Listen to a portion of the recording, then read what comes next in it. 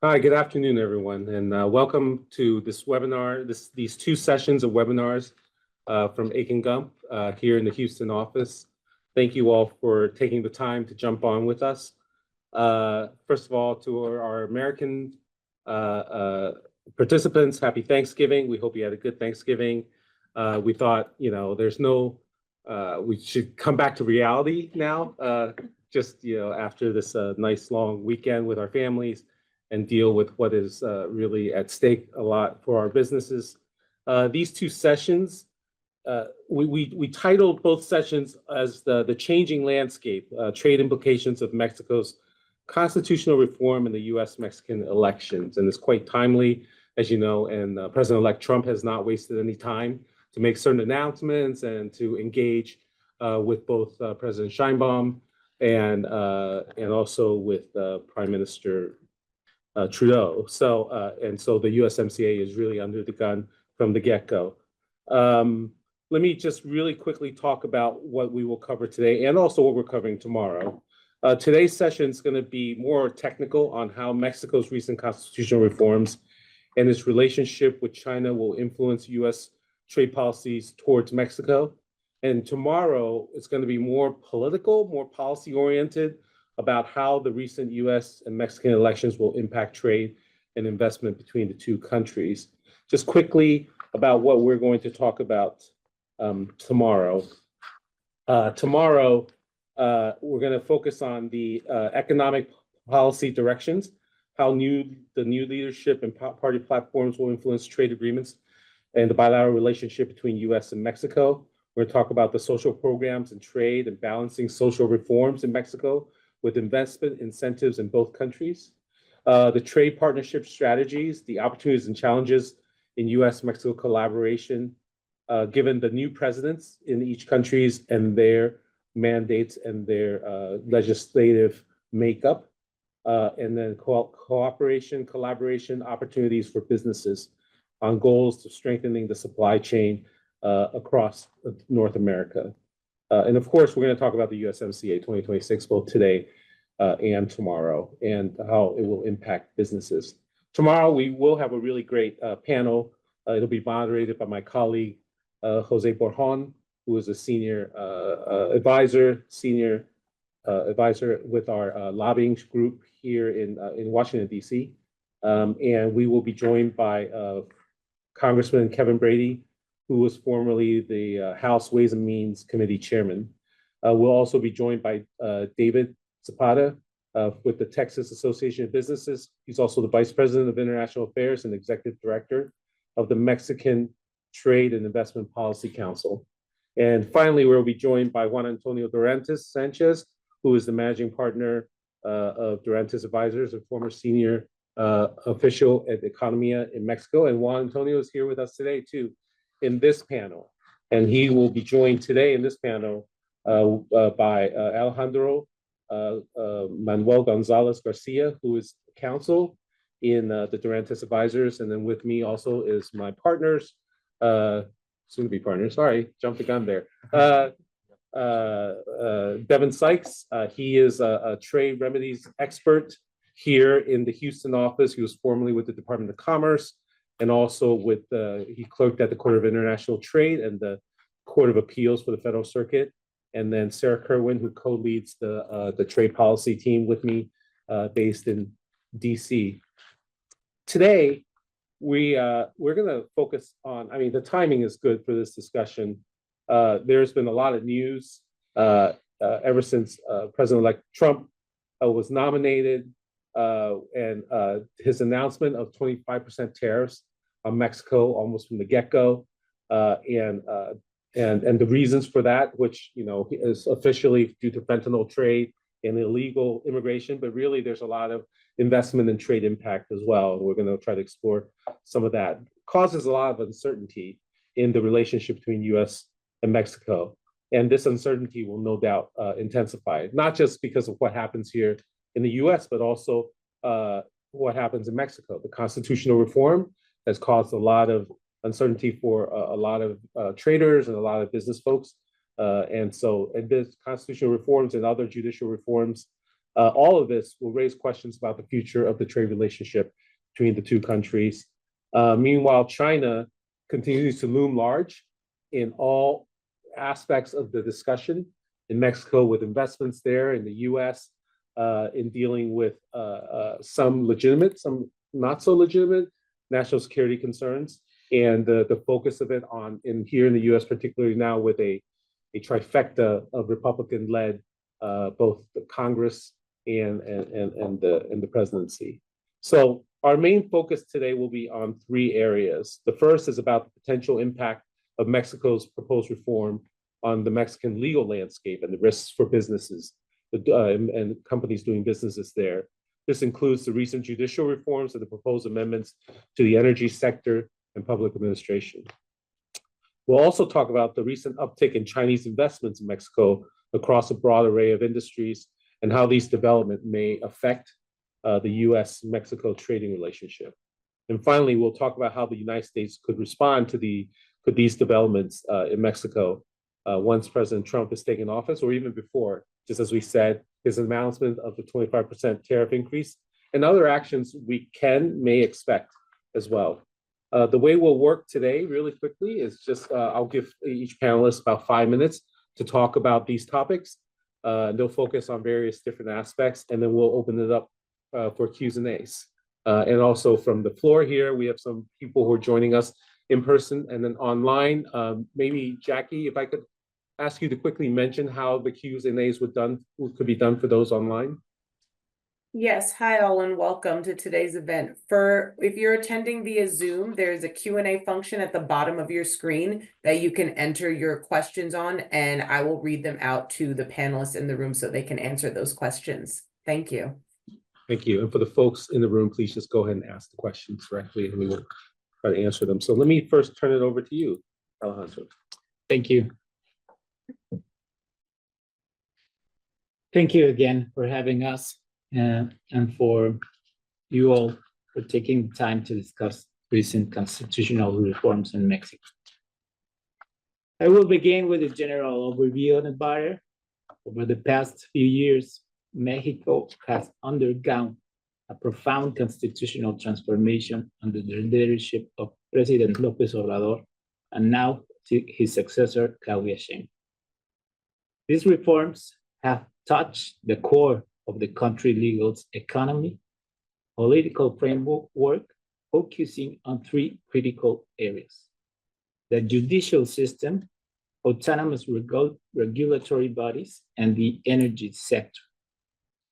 While the official narratives promotes these changes as efforts to combat corruption, strengthen sovereignty, and achieve social justice, their practical implementation raises significant concerns. Critics argue that reforms may lead to centralization of power, politicization of key institutions, and erosion of the democratic balance that have taken decades to build.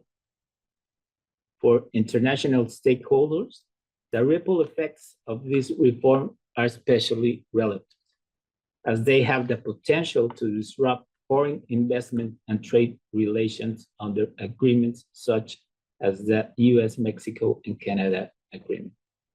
So let's delve into this reform, starting with the judicial system. This is perhaps the most difficult area. These reforms introduce the popular election of judges, Supreme Court justices, and magistrates, replacing all of the judges and magistrates in Mexico, not only on the federal system, but also on the local system. This implies the replacement of the traditional merit-based judicial career system for a voting selection.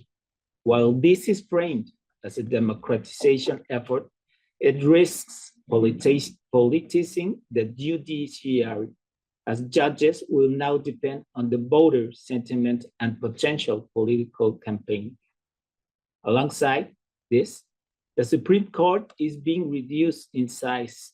There were before 11 justices and now will only be 9. Not just that, so the specialist chambers that worked before are no longer existing. This weakened the ability of the Supreme Court to resolve constitutional matters over his acknowledged.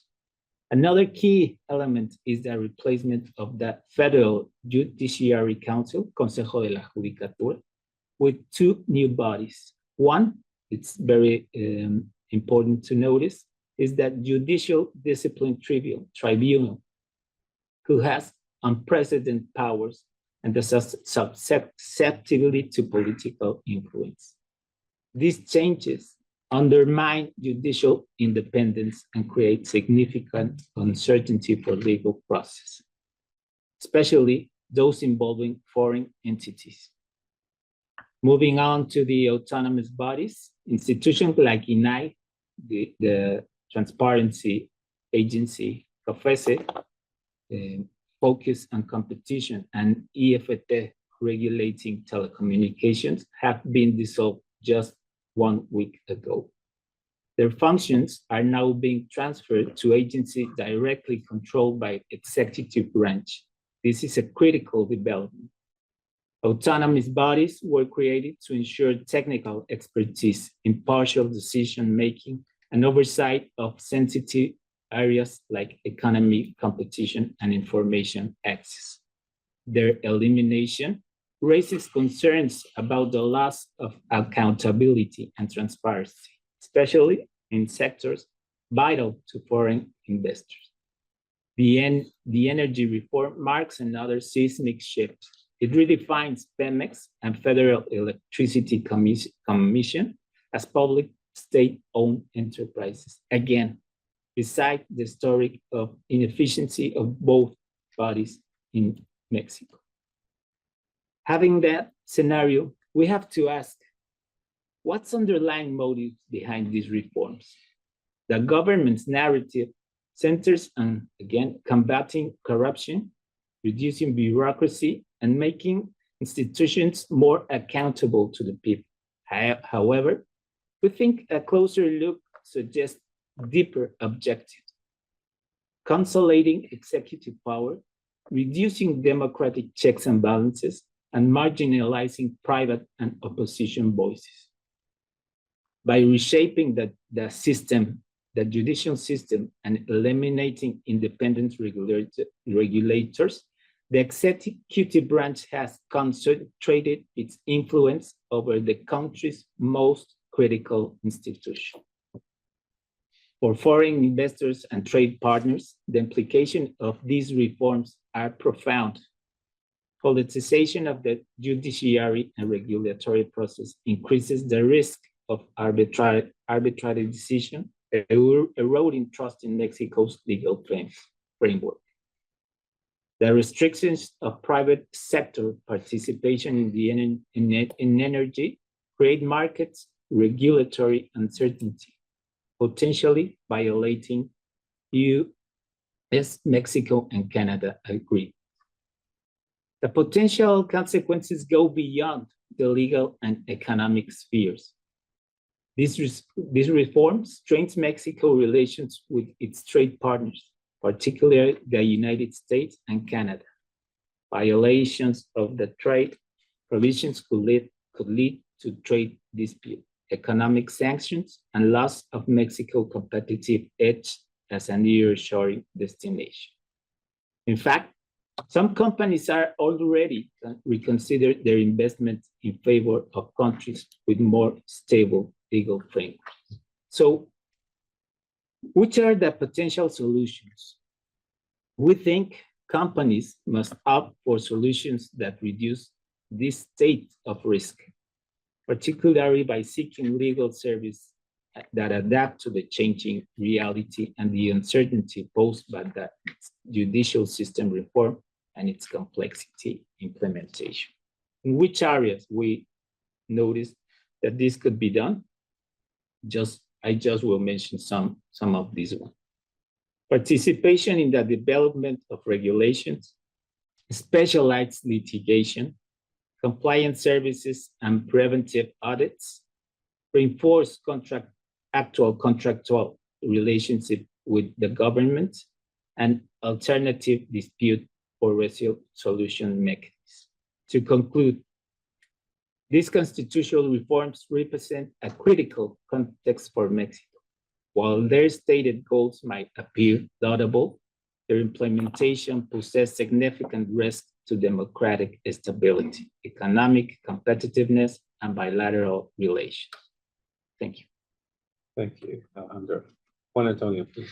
So I think that the first thing I would have to say is that first of all, thank you for having us today here. Is that I don't think we in this generation have seen a political and legal transformation in Mexico as we've seen in the recent months. No? Most of the people of my age grew with several governments that were actually moving forward on different amendments and changes in the legal system and in the legal framework in Mexico that were actually promoting free trade, promoting legal certainty, promoting the transparency and obviously the limitation of power through ways and balances, checks and balances, that increase, the accountability of authorities. And this government, what we have seen, it's actually implementing a number of reforms that will actually move Mexico into another direction if changes go or move forward in the same direction than what we've seen until today.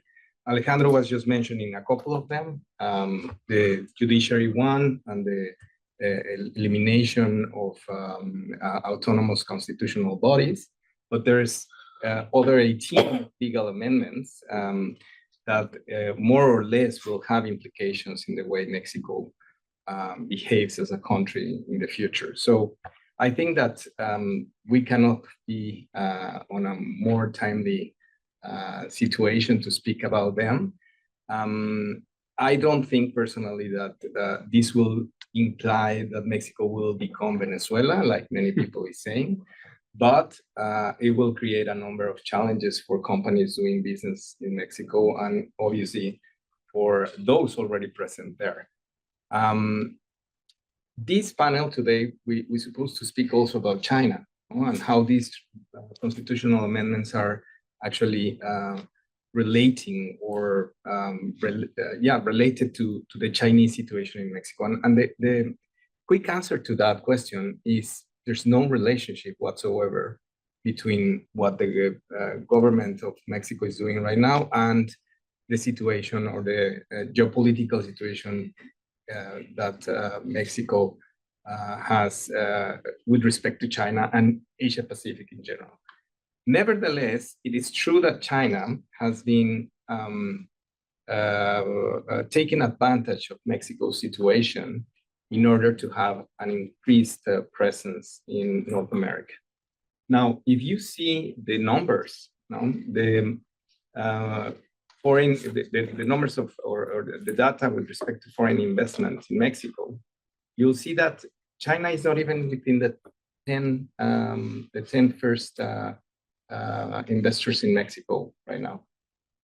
The investment from China has grown importantly in the recent times, but it's still very, very low with respect to, if you compare it with, for instance, Belgium or South Korea. However, we've seen a path that it's or a trend that it's it will grow in the future, but you will have to ask whether that growth is related to the intention of Chinese companies to actually increase their participation in exports from Mexico to the North American region, or if China is actually using Mexico also to become an important hub for exports to Latin America. That's another, and what we have seen and what we've actually have received as information from some Chinese companies is that they are actually not intending to participate in the US market. They know they are not actually welcome in many ways. And they are thinking, and the Chinese culture is very related to that thought, they are thinking in the long run. And the long run is precisely to create an important presence in Mexico. Right now, we have not, for instance, in the automotive sector, we don't have plants building Chinese cars in Mexico. Even when the electrical cars are actually the number of, or the amount of electrical cars that are sold in Mexico are increasingly of a Chinese origin, they are actually imported in Mexico and they are paying a high tariff to that end. And even with that situation, they are actually increasing participation in the market and they are starting to export to the rest of Latin America. The other thing I wanted to basically reflect on with respect to what, for instance, Canada is saying right now, that Mexico is actually bringing a lot of Chinese parts in their exports to the US and Canada. That's actually not true. That's actually what we have actually identified as the source of most of the exports to the US and Canada is of Mexican origin, actually. And if that wouldn't be the case, the question to, for instance, Canada is why they are not trying to actually exercise some of the rights under USMCA to challenge the origin of some of the products that we are exporting to their markets. So summing up what I just mentioned, I think that we are looking at a very complex moment in Mexico. I think companies should be actually assessing their situation vis-a-vis the legal framework in Mexico and trying to identify potential risks because it will be more complex to challenge legally those situations or to fight some of the measures from the government with the new status of the judiciary. And at the same time, I think that it could be a moment of opportunity because of USMCA and some of the concerns that companies may have right now may be dealt with during the 2026 review of the USMCA. That would be just to begin with. Great, thank you. So I'm going to turn to Sarah, and maybe you could answer some of, or at least react to some of the questions that's out there about whether the China threat and whether these are real or not. Yeah, absolutely. And so to pick up where Juan Antonio left off with sort of the US reaction, I think from the US perspective, we have these issues that Alejandro talked about where Mexico has taken affirmative action that has, put it at loggerheads with US policies. Whereas here, on the China investment side, I think the US is more concerned about Mexican inaction against Chinese investments or sort of potential investments as they grow in the future. I know, Juan Antonio, you said that, even with high import tariffs into Mexico, Chinese, vehicles, electric vehicles are still coming in and becoming a growing part of the market.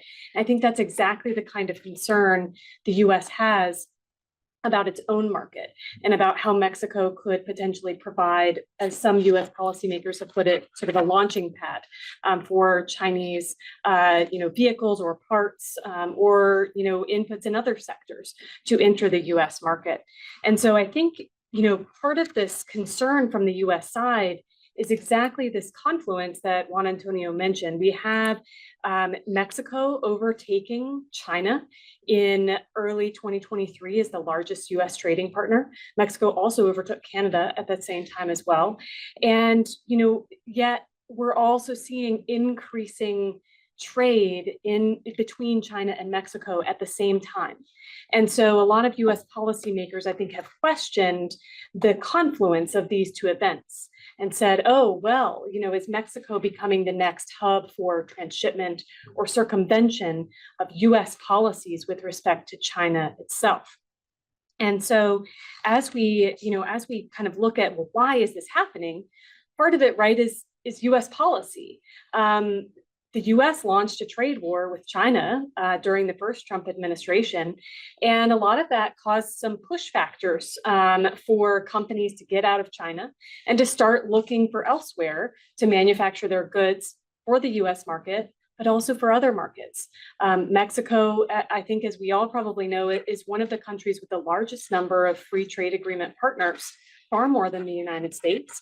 Its costs are lower, and so there are a lot of advantages to locating in Mexico. And I think a lot of Chinese companies are responding to these incentives and these, pushes coming from China as well. And so I think one other area that we're seeing, we've talked about autos. Another area that we're seeing concern from a US perspective is telecommunications. And we see, again, sort of, I think from the US perspective, inaction by Mexico to align with US policy in that sector. And so, for example, the United States has sanctioned Huawei and other Chinese telecommunications companies, and yet we have seen the Mexican government somewhat embrace these companies. Huawei has a very significant commercial presence in Mexico in the telecommunications market, and we've seen the Mexican government working together with Huawei and some other companies in sort of Mexican infrastructure projects. One of those companies has been the China Communications Construction Company, which is a company that has been active all over the world in China's Belt and Road Initiative. And that company is engaging in some infrastructure projects in Mexico that I think have caused some concern from US policymakers about sort of the national security implications of those infrastructure projects and how it might impact US interests down the line.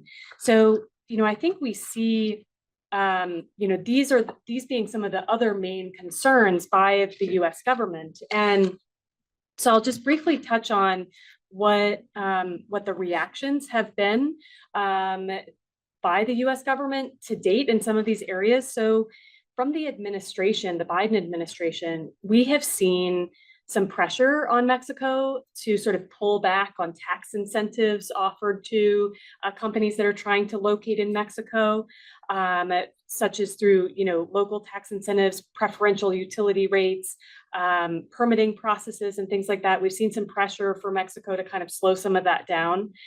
We've seen policymakers suggest that Mexico needs to create some sort of mechanism like we have in the United States under CIPIUS, the Committee on Foreign Investment in the United States, pressure on Mexico to stand up, one of these new regulatory authorities to do that.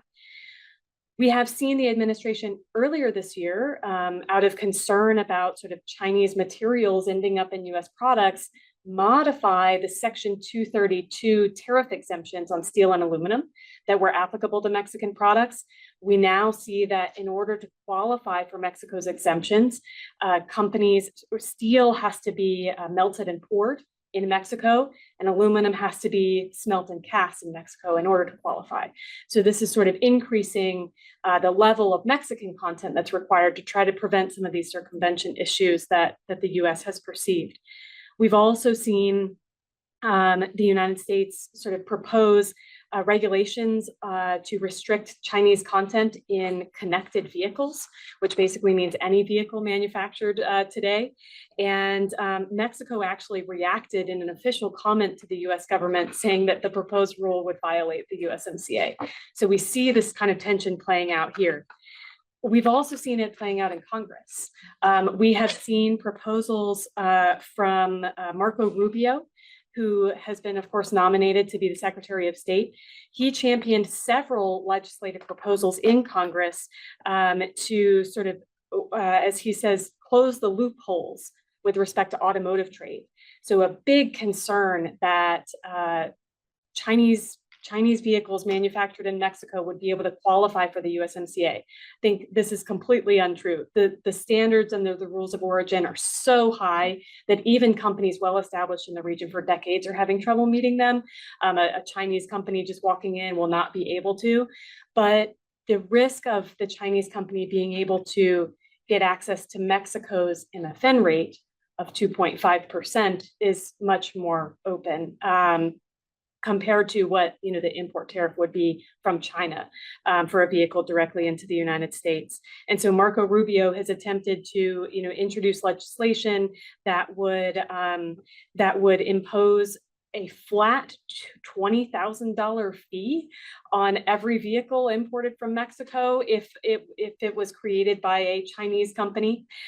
He has proposed legislation that would treat motor vehicles produced by a quote foreign adversary and its controlled entities as if they originated in that country. So a Chinese company, wherever it makes a vehicle, that vehicle would always be Chinese. Of course, this is very different from our current rules of origin and would violate numerous international agreements in and of itself. But these are some of the proposals that we've seen out of Congress. And I think the concern is, will we start to see these out of a new Trump administration?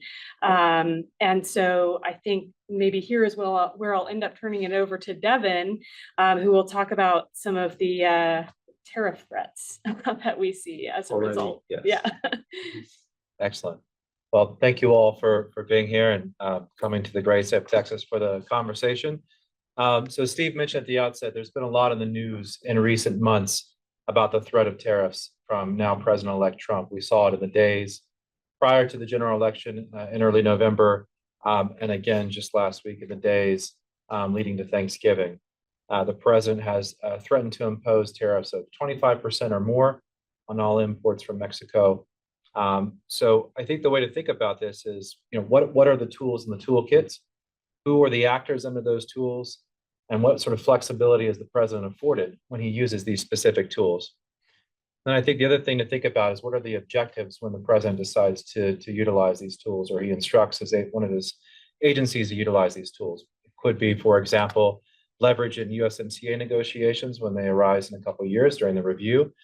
It could be something else. But let's talk for now about the specific tools that are at his disposal. One tool would be to start a new Section 301 investigation. That's the same legal provision that the United States relied upon to commence the trade war with China for its unfair intellectual property practices.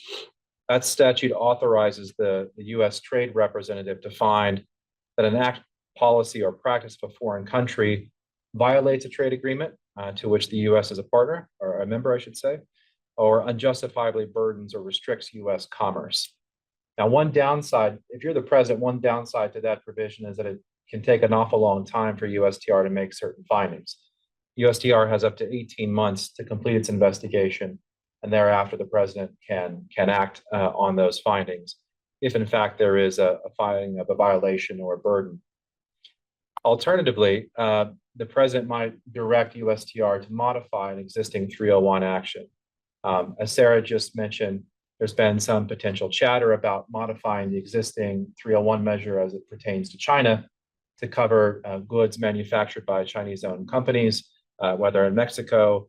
The president could also find that these investments in industries, other industries outside of autos, Mexico, are circumventing the 301 measure on China.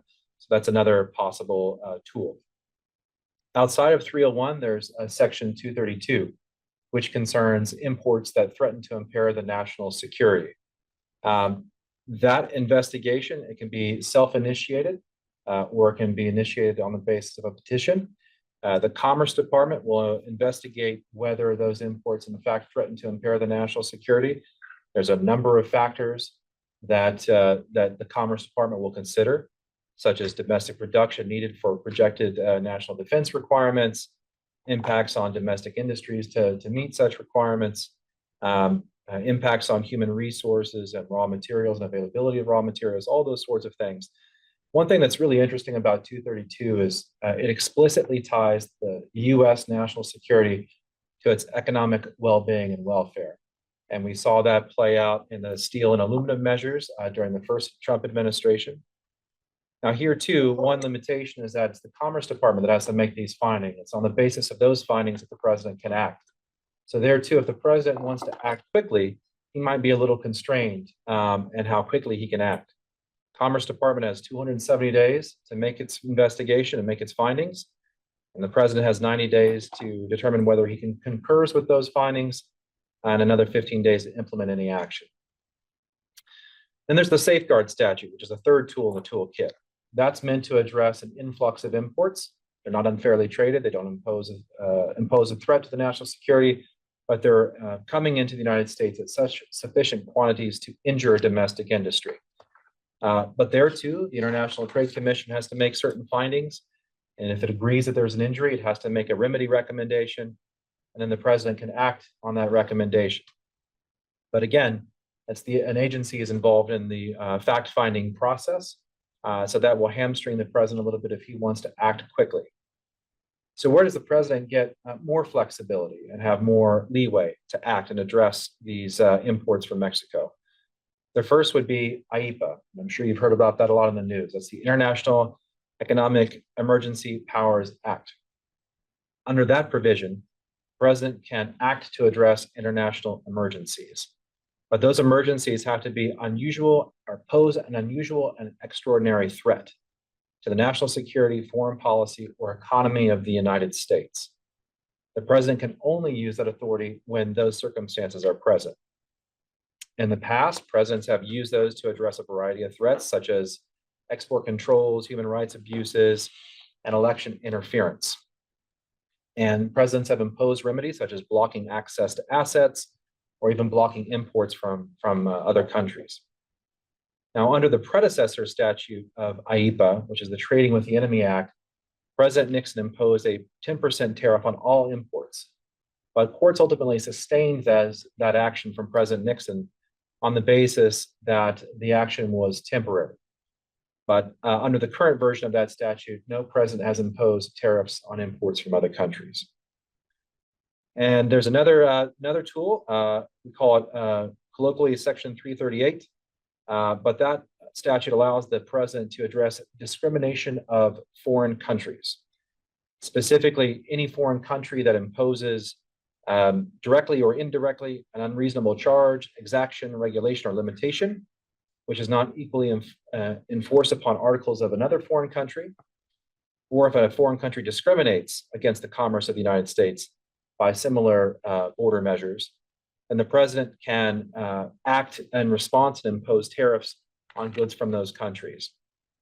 Now, one difficulty there is that if the president decides to use that authority, he can impose a tariff no more than 50% on those articles. And it's going to be a pretty difficult task for the president to come up with a finding of unfair treatment vis-a-vis the United States, given that a number of our trading partners, including Mexico, apply tariffs on an MFN basis, otherwise are members of WTO obligations. Now, I say all these are tools that are specific to Mexico, but these would be separate and apart from any tariffs that the president might impose as the ring around the collar that you've also heard in the news, or the president threatening to impose a baseline tariff on all imports from all countries. So these tools could be utilized in addition to any other tools the president uses to address imports from all over the globe. All right, we're covering a lot. I think my goal is it's 4:10 right now. This event is supposed to end at 5. I'm gonna just spend about 15 minutes asking our panelists some questions, but I do want to open it up for you all to ask follow-up questions. So please think of questions now. Again, in the room, just ask them, please just ask them out loud, and then Jackie will read the questions through the Q&A application on the web for those of you who are online. So let's go back. I want to break my questions up into 2 sections. One focus more on Mexico, one focus more on the US. So let's go back and talk about judicial reform. Really, how bad can it really be? I mean, what's the worst case scenario? What's the best case scenario? It's really hard for us in the US to know. And is it a done deal? Sheinbaum, is she really going to, is she just following Lopez Obrador? She's not her own person. She's just going to do it. Or does she have different views about it? And then if you really don't have a strong judicial sector, independent judicial sector, which some of us have come to sort of expect and rely on in Mexico, what can businesses do to protect themselves? You mentioned some things, but can you just go into a little bit more detail about those questions? First, how real is this? So the first thing I would say is that, and I think this will give you an idea of how bad it could be or how good it could be. But the problem is that this amendment, this kind of organization of a judiciary branch, has not been ever implemented anywhere else. So this is the first time that a country is actually deciding to elect on a popular vote, not only their local judges, but the federal judges. And this implies that basically the whole judiciary will be subject to a new scenario with a new reality. And as Alejandro was mentioning, it will be in two steps. No? So next year, we will have the election of the half of these justices, well, the full Supreme Court, then half of the magistrates and half of the federal judges.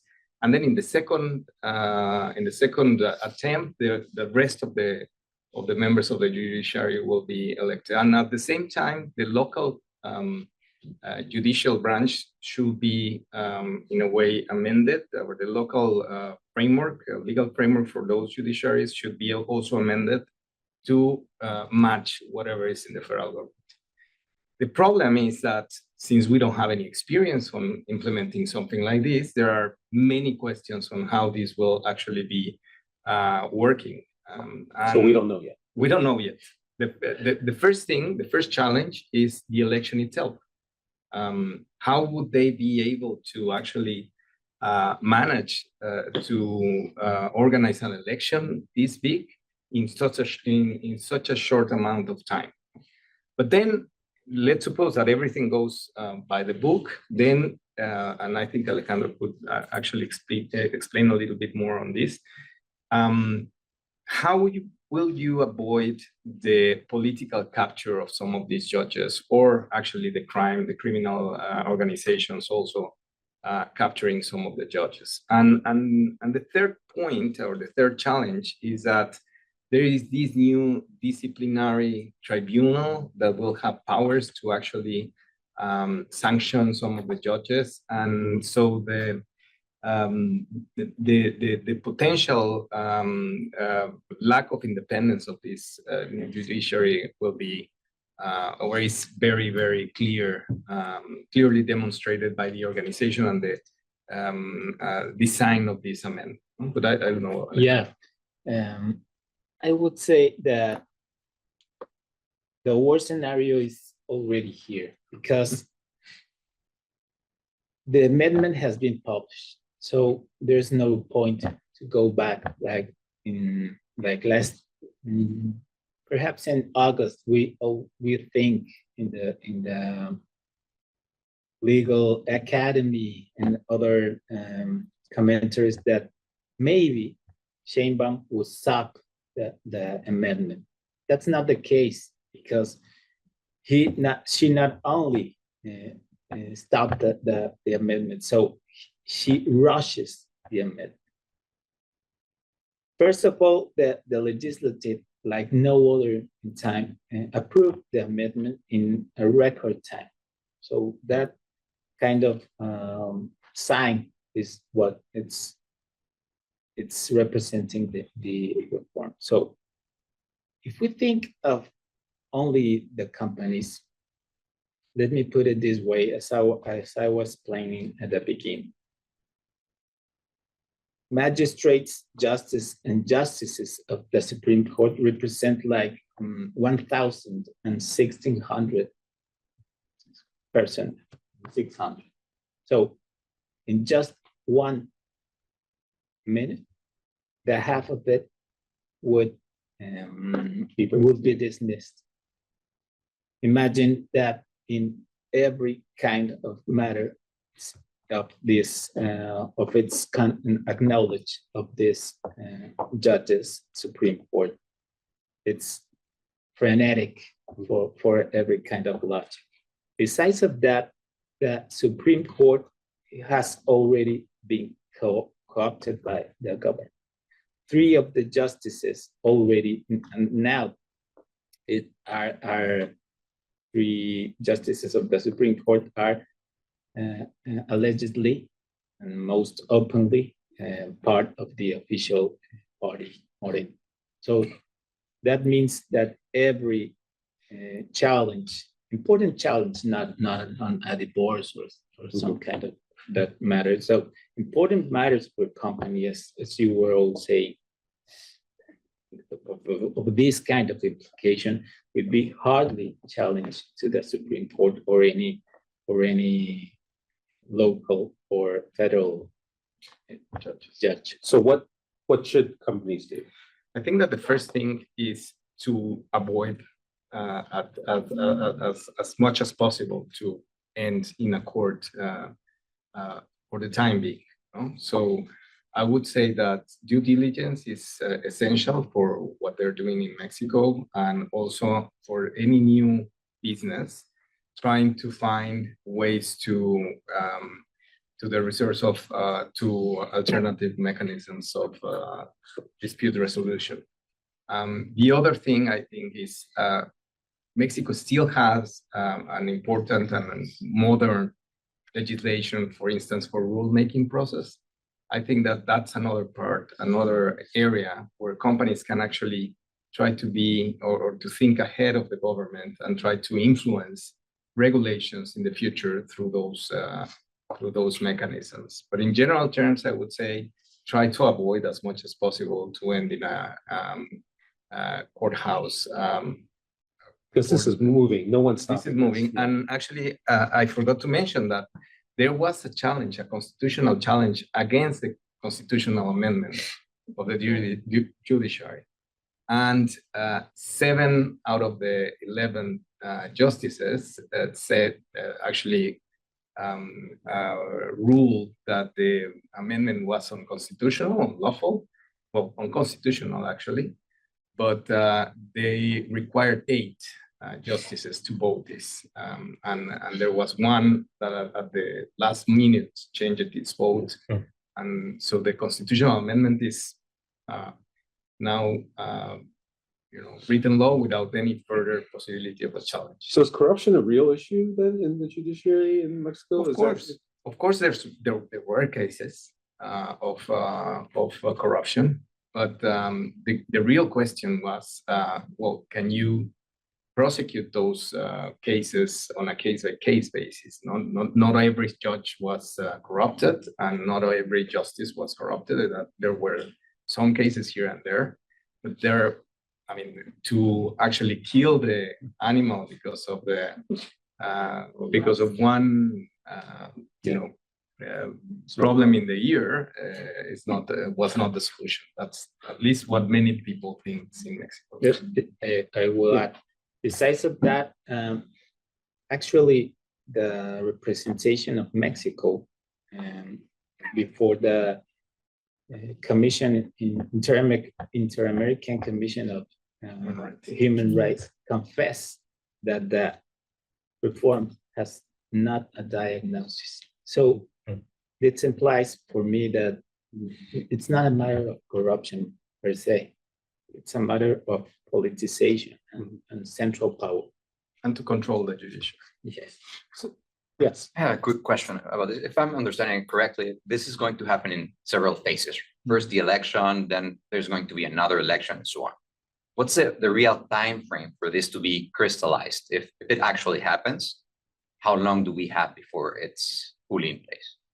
So the first phase will be performed next year in 2025. There will be an election, and justices and judges and the Supreme Court will be renewed. I think it's September of August 25 of the next year.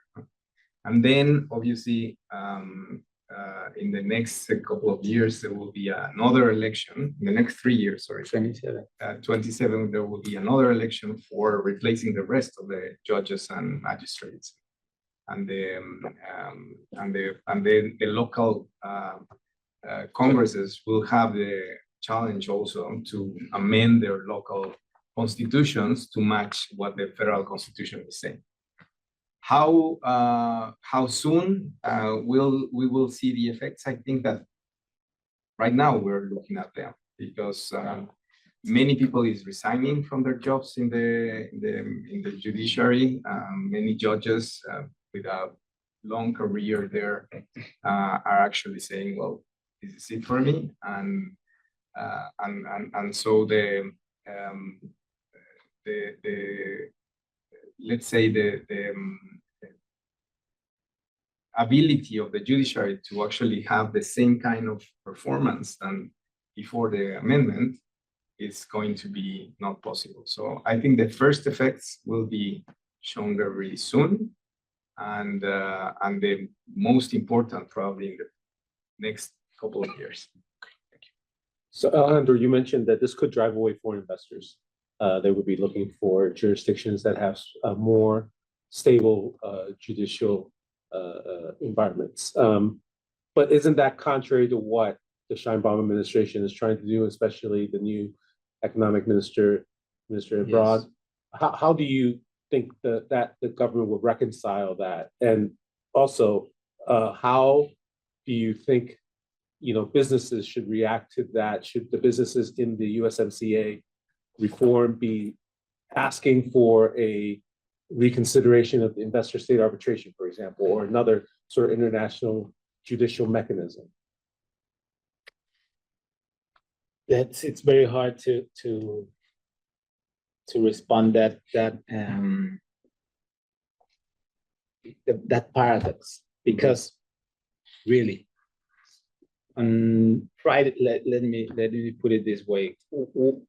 There was a meeting of foreign enterprises. Let me put it as an example, like Tuesday, one Tuesday in Palacio de Gobierno, Mexico. And the next day, in the mañanera, in the morning speaking of the Claudia Sheinbaum, says she won't, she will not allow that the amendment could be stopped. That's the message is contrary by its own presidents. So it's not just that case. Mexico's government, executive and legislative, have been not fulfilling the decisions of the Supreme Court in many years and in many matters. So what do we expect, or what can investors and companies, foreign investors, expect of that message if it's, in fact, it's the contrary? I think, like Juan Antonio was saying, it's, first of all companies should reinforce due diligence above all the issues. And then, as crazy as it looks, is special litigation would be heavily empowered in this moment. Capability, it will be needed against those new judges. And just, I will finish with this. Supreme Court and justices, magistrates, and now in every branch just need an 8 and a vote and 5 letters of their neighbors to assume that charge. It's crazy. And I would just add that, I mean, what we're looking in Mexico is a little bit of a Dr. Jekyll and Mr. Hyde kind of, reality, because as Alejandro was mentioning, in the morning, you're looking at Claudia Sheinbaum saying, yeah, investment is welcome. We want to review the USMCA successfully. We want to attract and get the most advantage as possible of nearshoring, and we want to implement this and these investments, this and these measures, sorry. But then at the same time, the legislative branch is approving or considering an amendment to the Constitution to ban GMO corn. And this is happening while dispute settlement body in the USMCA is about to issue their decision on this issue. So it seems that it's a very ambiguous and very contradictory government. And I think that's something that we've seen for the last months. Now, the only thing I think is changing a bit, the political intentions of this government is precisely USMCA and Donald Trump. There is something very important that happened in the recent days in the constitutional amendment to disappear the autonomous constitutional bodies, which is that they left the Federal Competition Commission and the Federal Telecommunications Institute. They included a transitory provision that says that basically the change or the restructuring of those bodies will happen whenever the secondary legislation will be issued, and there's no deadline for that. So they're leaving that in some sort of gray area. And the reason for that, what we know is that the reason for that is that they actually, somebody told them, well, this is against the USMCA, so be careful. And they didn't pay attention to those kind of arguments before. But now that Donald Trump has been elected as new president, I think that they are starting to hear some of these things. And that's probably something that we will also address, how all of this noise will actually fit the USMCA review in 2026. And I think that's a very important question. So Sarah, can I ask you to sort of react to that? And also about the USMCA review and how it could be used and what we can expect? Yeah, absolutely. And so I think, to start out, I think we also are seeing sort of a contradictory government or sort of a paradox in Donald Trump as well. We see lots of promises to use tariffs, and it's sort of like we've got a hammer and every problem looks like a nail. And so, we see at the same time, as Devin mentioned, we see proposals to do across the board tariffs on everybody. But then why do you single out other countries for, special and additional tariffs like Mexico and Canada? And so I think we see a lot of this sort of, just one side and the other side, coming out of the US incoming administration as well. And, I think the reaction of the US or of Canada and Mexico to the tariff threats in recent days has been really interesting. Canada, Justin Trudeau called Trump fairly immediately and also flew to Mar-a-Lago. And apparently part of his message was to sort of throw Mexico under the bus and say, oh, the fentanyl and immigrants aren't coming from Canada, like look south. And, meanwhile, President Sheinbaum has taken a very different tactic, which is one of saying, oh, well, we're preparing a letter that we're going to send on Tuesday and sort of pushing back. And asserting Mexico's sovereignty. And, of course, rightly so. But at the same time, these are very different negotiating tactics against the incoming president. And it has demonstrated, I think, a success by the president-elect because he has effectively divided Mexico and Canada. And that's what he wants in a situation of a renegotiation. Because if those two countries act together, they do have, I think, substantial influence over the outcome.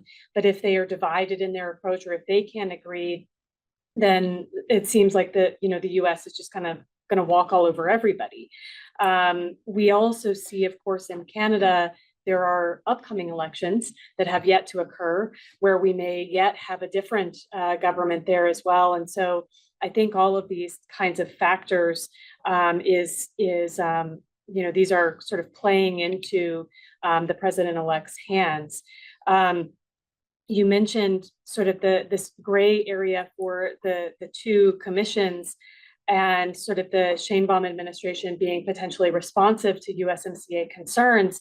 I think that's really interesting because we also saw some press, I think, recently about concerns about some of the investments by Chinese companies that are sort of set to kind of take place this year, and the administration perhaps wanting to pump the brakes on that, not wanting to have yet another thing that the Trump administration could kind of push back against. So I'm very much looking forward to see the letter that President Sheinbaum is going to send to President Trump tomorrow to see what is said there. So that's interesting. I mean, the 25% tariff threat is not just to Mexico.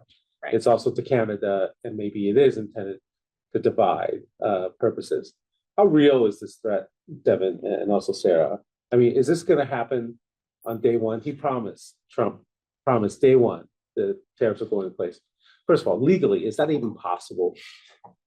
Yeah, so I think everyone's favorite answer from a lawyer is it depends. It depends on which action on which legal authority he decides to base his action, excuse me. What exactly his objectives are. I mean, I think one thing that's really interesting too, just to build off of what my colleagues have said is, there's other factors that he's going to have to weigh.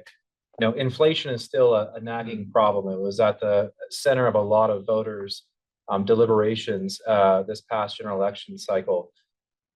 Notwithstanding the different, theories out there that we've seen in the media, the general consensus is that, tariffs would increase consumer prices, generally. So that's something he's going to have to consider.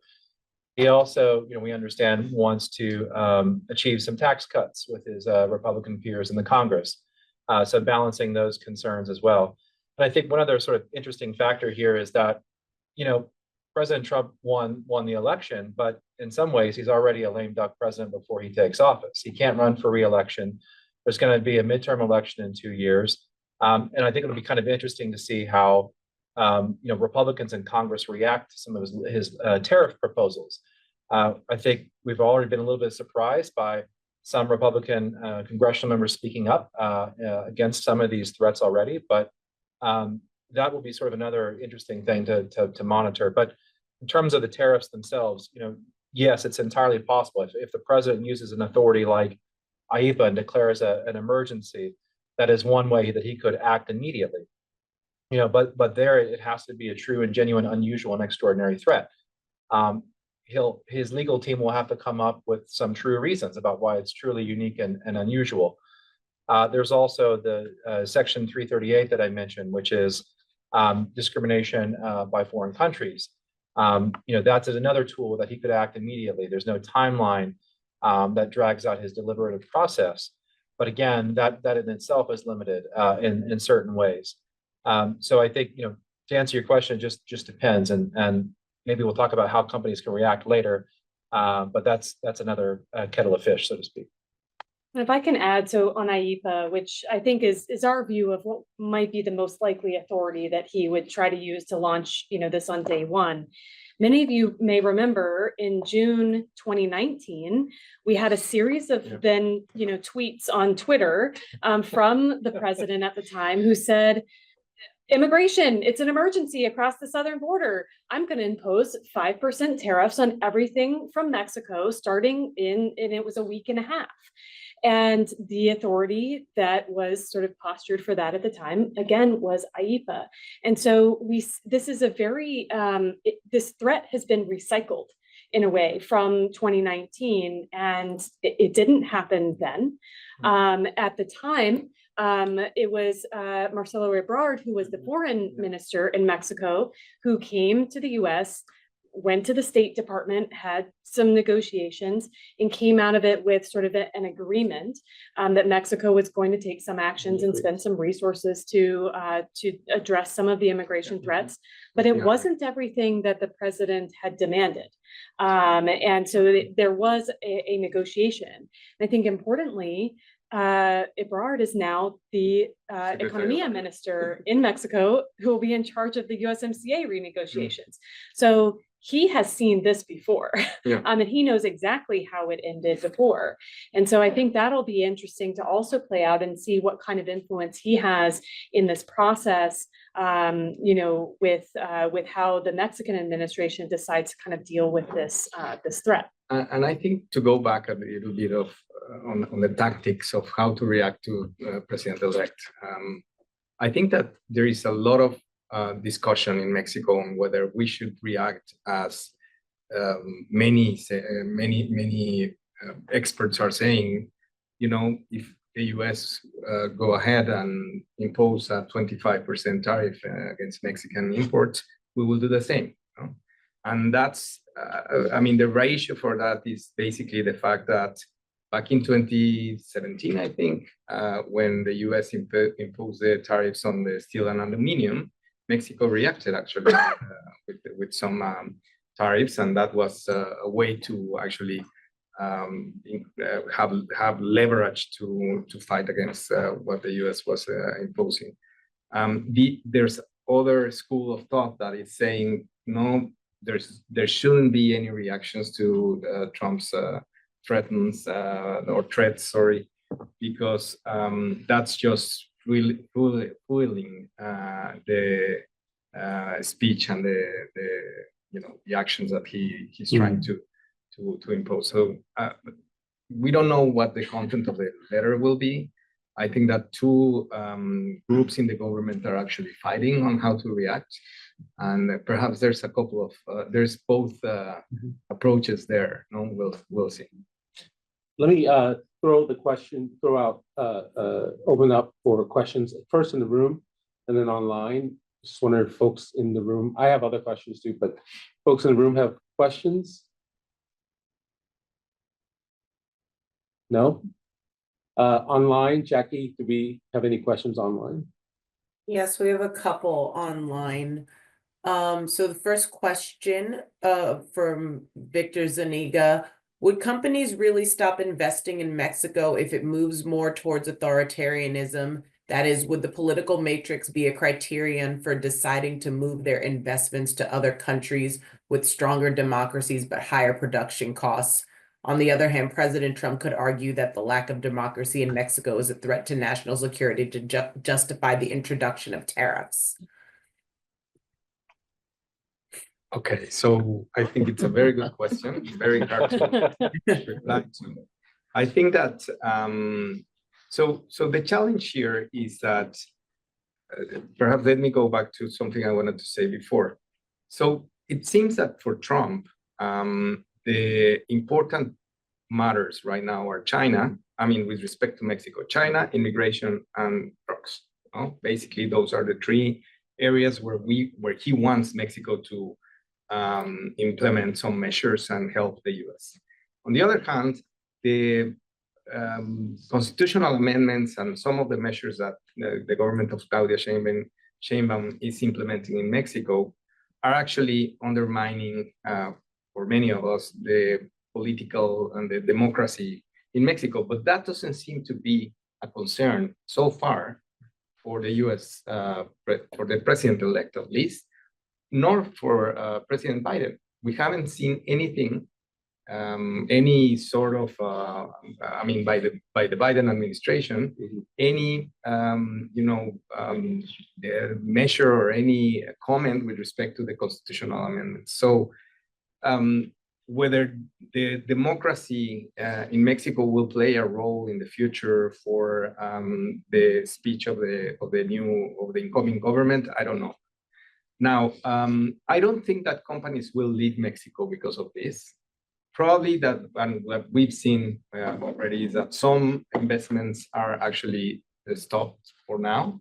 Actually, the U.S. embassy in Mexico mentioned, and the Canadian embassy mentioned some days ago that actually there are some concerns on new investments. But then again, it seems that people is just thinking, or companies are assessing whether they want to increase or not, or whether the risks match somehow the benefits of being there and continuing to increase the presence in Mexico. Because of that, I don't think that the U.S. will at certain point say, well, let's bring everybody back to the U.S. because Mexico is not a democracy. I don't think that will happen. But I don't know. I mean, you probably know better than me, in that regard. What do you think, David? Oof. Yeah, goodness, that's a tough question. I mean, certainly hasn't been a concern thus far, and I think there's plenty other ammunition upon which the president-elect could rely if he wanted to act, whether it's, as Sarah mentioned, concerns about, fentanyl or immigration. Those are things that he has repeatedly touched upon. And the interesting thing about, to Sarah's good point, is that we've seen this play out over and over again, right? It's the same maneuver that he's used over time, make threats to try to compel change. So why not keep those additional reasons for additional action in your pocket if, say, you don't get what you want the first time? And of course, whether it's using a new Section 301 investigation, Section 232, I always like to analogize all this to these tariffs, the most beautiful word in the dictionary, to a stack of pancakes, because you can always apply these on top of one another, and they're cumulative. They're not one at the expense of the other, or to the exclusion of the other. So if he really wanted to try to ratchet up leverage for change, he would have all of these tools at his disposal. Yeah, I think my reaction just really quickly is authoritarianism or a lack of a strong legislative system has never deterred companies from investing in the Anywhere. jurisdiction. Anywhere. It's true. Companies are brilliant. I mean, they figure a way around it. They weigh their risks and they weigh, what will make money at the end of the day. I mean, companies are easy to figure out. It's always the bottom line, right? What will make companies pull out of Mexico is going to be increased tariffs. It's going to be this notion that nearshoring just doesn't make sense anymore. If they can do it cheaper somewhere else, they'll do it somewhere else. And nearshoring, I mean, global transit being the way it is, it's just a lot easier to move goods around these days. And if they have to pay 25% from Mexico, but they can pay 24% or 20% from Panama or somewhere else, they'll do that. And that's the real risk, I think. I don't know if you all agree. Yeah, I mean, I think there's going to be a transition period, right? I mean, it's impossible to shift so much manufacturing overnight. That's what we've seen starting since 2017 when we imposed the 301 tariffs on China. But we have seen that policy play out and be effective in some way. We have seen companies moving out of China. And so sort of if we get into another trade war, this time with Mexico, that lasts, for, now we're over, we're basically at 7 years, almost 8 years of the China trade war. I think that there would be a real risk there. And I think part of it comes back to whether we will see contradictory policies from the Trump administration on nearshoring, right? Like, are they still going to emphasize that as a policy goal, like the Biden administration has? Because if they do, then obviously 25% tariffs on Mexico and Canada are the exact opposite way to achieve that. And so, if they actually do have that as a goal, it may be an indication that these really are just threats or negotiating leverage and not something that's actually meant to be done. But, at the same time, they might go into effect. And the other thing that I think we haven't mentioned is that people is already saying in Mexico, I mean, and I think it's a very, very not very smart idea, that if the US is starting to become, aggressive on Mexico, then we should look at China as a potential trading partner. And everybody's saying, well, obviously the US and China are not similar, and China will never buy from Mexico what the US buys from Mexico. But in any case, if you leave Mexico out of the North American, pact, what will Mexico do to attract investment? Because this government needs money, and the only way to get money, one of the ways to get money is through foreign investment. So would you then push Mexico to look for investment somewhere else?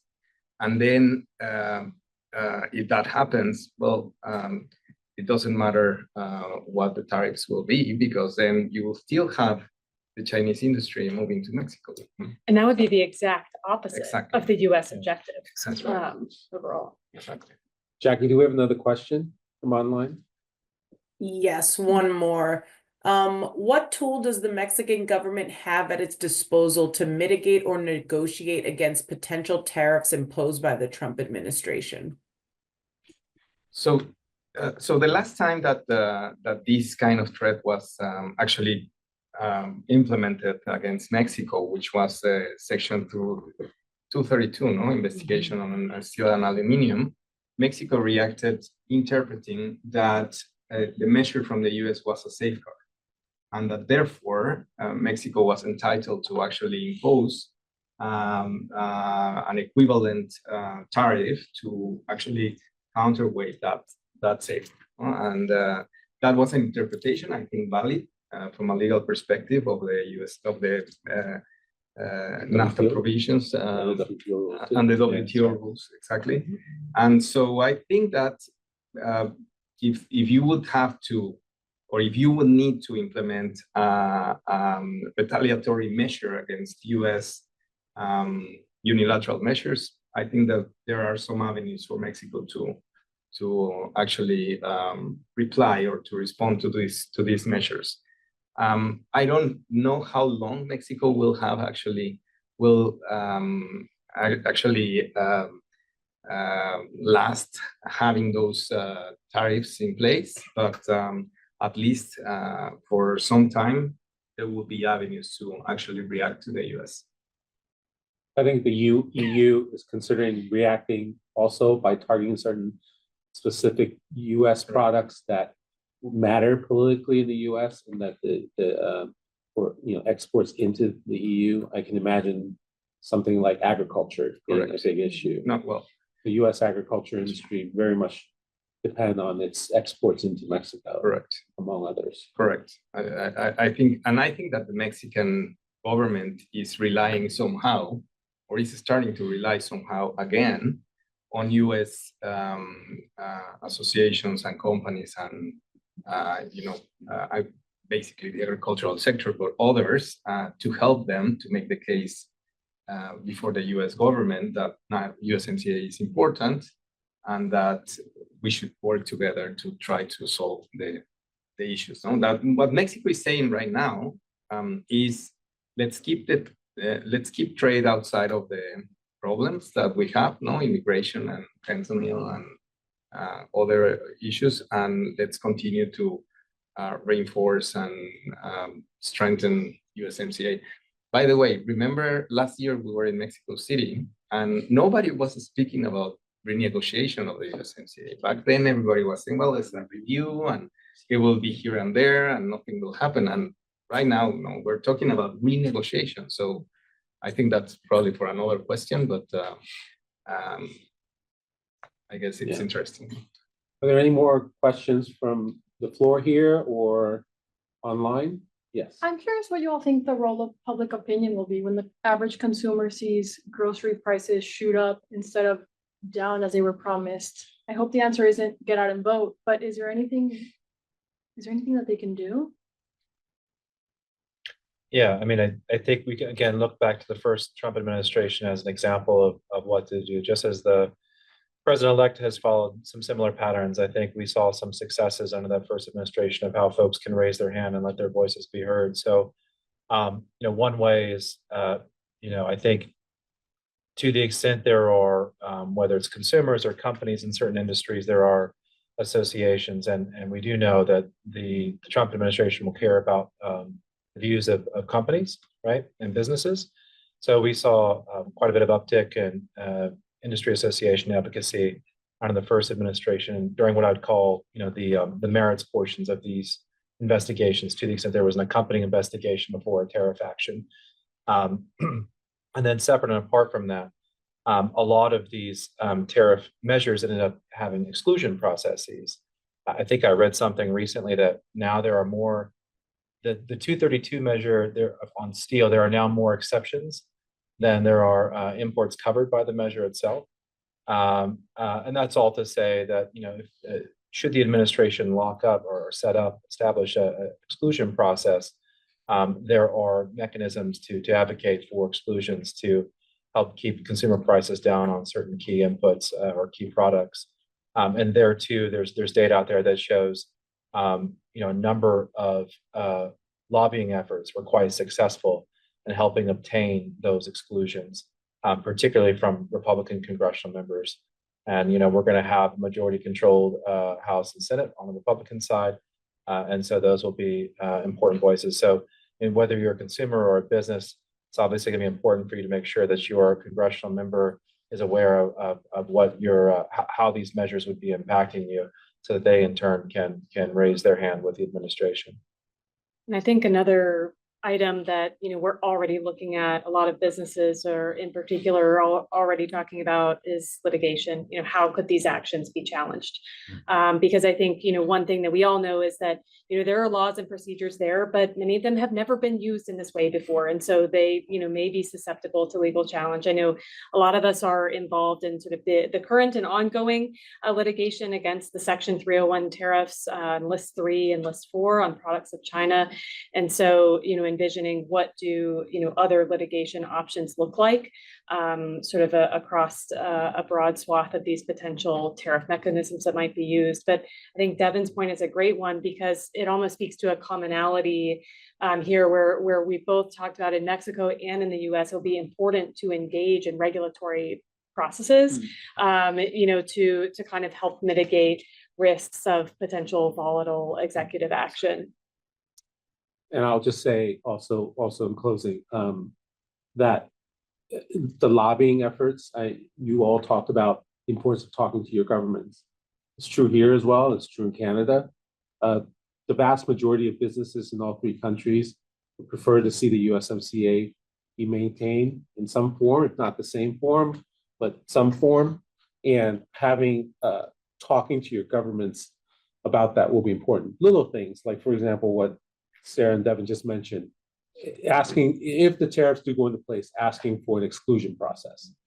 That will be there. And there's, as Devin was saying, there's now more exclusion. There are measures. We prefer not to have that, but also, talking about which industries to hit, how long to slow things down, whether you would put in place certain things like, I think, Sarah, you mentioned, would Mexico be willing to put in a CFIUS mechanism that could review the Chinese investments into Mexico? I don't know if that's should you even be thinking about that, but would that be a possibility? And then would the region be willing to consider a separate rules of origin just for the region? I don't know if that's a good idea, but that's been talked about. So those are sort of things where companies can talk to each other and talk to their governments and try to be a little creative here. We're dealing with governments, I think, that are all starting to look alike, not being very coherent in their responses and being very reactionary. Certainly Mexico and the US right now, we've learned there's a lot more similarities than there are differences. Yeah. And, Canada with its election and who may possibly win as prime minister, you might see that as well. So that's, is there any last words from you all? No, I think that you mentioned something very important. And this is we have to, obviously it's very, very easy to fall into all that is happening right now because there's so many, consequences and potential scenarios of the different things that are happening. But I think that you need to look at the long term. You're absolutely right. Claudia Sheinbaum and Donald Trump will leave at certain point, and USMCA is at least in the paper is still going to be there until 2036. No, so there are many things that you have to consider for designing your strategy on how to deal with Mexico and the US. Yeah. And I think the law and the measures that you have available to defend yourself are important ones.